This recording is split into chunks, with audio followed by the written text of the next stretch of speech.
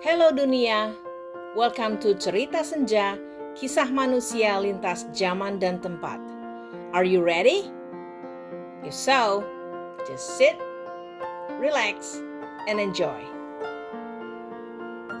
Adalah seorang wanita bernama Annie Lee. Ia lahir di San Jose, California tahun 1985 dari pasangan suami istri imigran asal Vietnam. Annie married to Lee, dibesarkan oleh om dan tantenya di Pleasantville, California. Annie terkenal dengan rendah hati, fashionista, ramah, humoris, dan sangat cerdas. Sejak SMA, Annie adalah murid yang sangat pandai. Ia memenangkan beasiswa cash sebesar $160,000. Lulus SMA dari Union Mine, El Dorado, California, ia melanjutkan dan lulus dari University of Rochester di New York. Di sanalah ia bertemu dengan Jonathan Widawski, sahabat dan pacarnya. Lulus dari University of Rochester di bidang Cell Developmental Biology, ia diterima di Yale University School of Medicine untuk mendapatkan gelar doktorat di bidang pharmacology. Penelitiannya mengenai diabetes dan bentuk kanker tertentu. Rencana ia dan Jonathan akan menikah pada tanggal 13 September 2009 di Shawshank, New York. Annie memasuki tahun terakhir di Yale dan Jonathan Widawski telah menyelesaikan kuliah master di bidang fisik dan matematika di Columbia University. Pada tanggal 8 September, Annie meninggalkan rumahnya dan mengambil Yale Transit menuju Sterling Hall of Medicine di kampus Yale. Jam 10 a.m. ia berjalan di Sterling Hall menuju gedung kampus di Jalan Amistad No. 10, gedung tingkat 4 di mana labnya berada. Annie meninggalkan cellphone, tas, cash, dan kartu kreditnya di kantor yang berlokasi di Sterling Hall. Saat Annie memasuki gedung di Jalan Amistad, kamera pun merekamnya. Malam hari, tepatnya jam 9 p.m., Annie belum juga kembali ke rumahnya. Salah satu teman satu rumah Annie, di rumah tersebut Annie sharing tempat dengan 5 wanita lain, menelpon polisi melaporkan bahwa Annie hilang. Polisi mengecek rekaman video di lokasi, dan terlihat hanyalah saat Annie memasuki gedung laboratori di Amistad Street No. 10. Sekitar 10 blok dari kampus Yale University, dan tidak ada rekaman Annie meninggalkan gedung.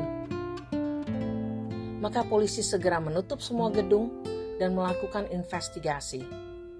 Polisi juga melakukan pencarian di lokasi pembuangan sampah Harvard, karena disitulah sampah dari Yale dibakar. Mereka mencari tanda-tanda dari Annie. Keamanan di kampus Yale University termasuk ketat, karena untuk masuk dan keluar dari facility di Yale tidaklah mudah, karena ada lebih dari 75 kamera keamanan, dan untuk masuk ke dalam lab harus memakai kartu pengenal otomatis. Sehingga kejadian ini tidak mungkin dilakukan oleh orang luar dari Yale University. Pada hari Sabtu, tanggal 12 September, polisi menemukan pakaian berdarah di siling gedung. Maka polisi mendeklarasikan gedung tersebut sebagai TKP atau tempat kejadian perkara. Pada hari Minggu tanggal 13 September, jam 5 sore, rencananya hari itu Annie menikah dengan Jonathan. Namun saat itu dengan bantuan anjing terlatih atau cadaver dog yang dilatih mencium dan menemukan jasad manusia, membawa mereka ke basement di lab G22, di mana tempat tersebut merupakan rumah bagi binatang-binatang untuk penelitian ataupun eksperimen. Tubuh Annie berada di dalam kotak yang terhubung dengan dinding. Tubuhnya disumpel ke dalam tembok. Ia tidak lagi dapat dikenali, karena tidak hanya karena sebagian dari jasadnya sudah membusuk, namun karena Annie tidak hanya dibunuh dengan cara dicekik hingga tulang lehernya remuk dan tulang gerahamnya patah, namun juga tulang-tulangnya diremukkan hingga tubuhnya bisa dimasukkan secara paksa ke dalam lubang di dinding sebesar 8 inches atau 20,5 cm. Berdasarkan otopsi, Annie masih dalam keadaan hidup saat tulang selangkanya dipatahkan agar tubuhnya bisa dimasukkan secara paksa ke dalam lubang di dinding. Polisi segera memproses dan menemukan DNA lain di tubuh Annie. Maka DNA test diberlakukan kepada semua orang yang bekerja atau kuliah di Yale.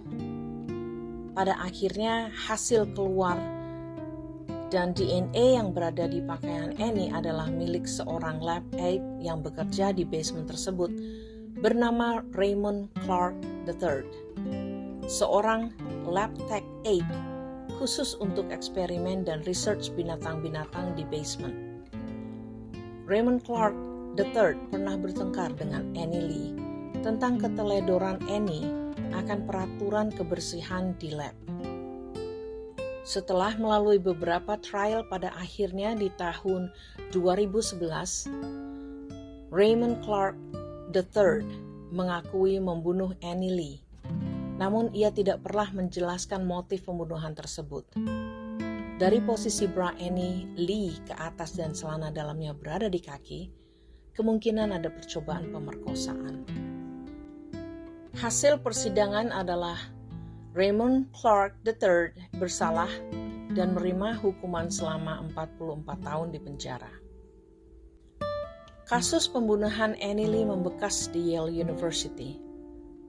Beberapa hari setelah ditemukan tubuh Annie, keluarga Annie, yaitu Vivian Lee, ibu, Michael Lee, ayahnya, dan Chris Lee, kakak daripada Annie, datang dari Vietnam. Dan juga Jonathan Wiedowski dan keluarga.